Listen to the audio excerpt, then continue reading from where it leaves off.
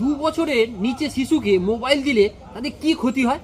কারণ এই 2 বছরের নিচে শিশুর মস্তিষ্ক এই সময় দ্রুত বিকাশমান অবস্থায় কিন্তু থাকে। এই সময় শিশুদের সব থেকে বেশি দরকার মানুষের সাথে কথা বলা, তাদের চোখে চোখে তাদের কানেকশান হওয়া, আবার বিভিন্ন শব্দ যে শুনে তাদের মধ্যে কিন্তু বিভিন্ন ধরনের লার্নিং হয়, আবার বিভিন্ন জিনিস নাড়াচাড়া করে, এর মাধ্যমেও তারা কিন্তু অনেক কিছু শেখে। এই তাদের যদি এই সময়ে তাদেরকে মোবাইল যদি আপনি দিয়ে দেন, তাহলে এই প্রাকৃতিকভাবে যে শেখার যে সুযোগ সেটাই কিন্তু হারিয়ে যায়। এর ফলে কি হয় জানেন, অনেক সময় দেখা যায় যে তারা কথা বলতে অনেক তাদের দেরি হয়, অনেক পরে তাদের কথা বলতে শেখে, আবার তাদের কিন্তু অনেক মনোযোগটাও অনেক ঘাটতি দেখা যায়, আবার আবেগ প্রকাশেও তাদের মধ্যে অনেক ধরনের অসুবিধা তৈরি হয়। তাই অনেক সময় আবার অটিজম এই ধরনের লক্ষণও বাচ্চাদের মধ্যে দেখা যায়।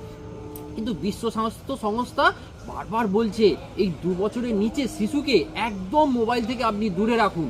তারা কাঁদলেও তাদেরকে কিন্তু এই মোবাইল দিয়ে কিন্তু ভোলাবেন না, এটা একটা মারাত্মক ক্ষতি হতে চলেছে। তাই এই সময়টা শিশুর কিন্তু ভবিষ্যৎ বিকাশের সব থেকে সুবর্ণ একটা টাইম, সেই জন্য এই সময়টাকে খুব যত্নভাবে কিন্তু বাচ্চাকে আপনি টাইম দিন। ধন্যবাদ।